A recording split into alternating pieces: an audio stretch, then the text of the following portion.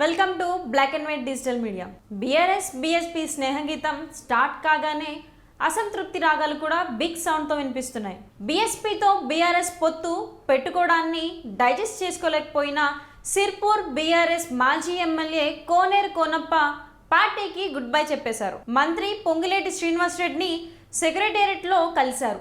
ఆయన కోనప్పను సీఎం రేవంత్ రెడ్డి దగ్గరకు తీసుకెళ్లారు. బీఆర్ఎస్ బీఎస్పీతో పార్లమెంట్ ఎన్నికల్లో పొత్తును కోనేరు కోనప్ప అనుచరులు వ్యతిరేకిస్తున్నారు.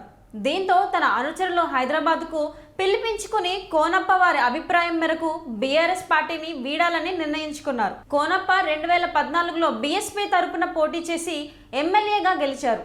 ఆ తర్వాత బీఆర్ఎస్లో చేరారు. 2018లో జరిగిన ముందస్తు అసెంబ్లీ ఎన్నికల్లోనూ విజయం సాధించారు. మొన్నటి ఎన్నికలలో బీఎస్పీ అభ్యర్థి ఆర్ఎస్ ప్రవీణ్ కుమార్తో తలపడ్డారు. అనూహ్యంగా బీజేపీ అభ్యర్థి హరీష్ విజయం సాధించారు. బీఆర్ఎస్ అధికారం కోల్పోయిన నేపథ్యంలో ఎలా పార్టీ మారాలి అనుకుంటున్న కోనప్పకు బీఎస్పీతో పొత్తు కలిసి వచ్చింది.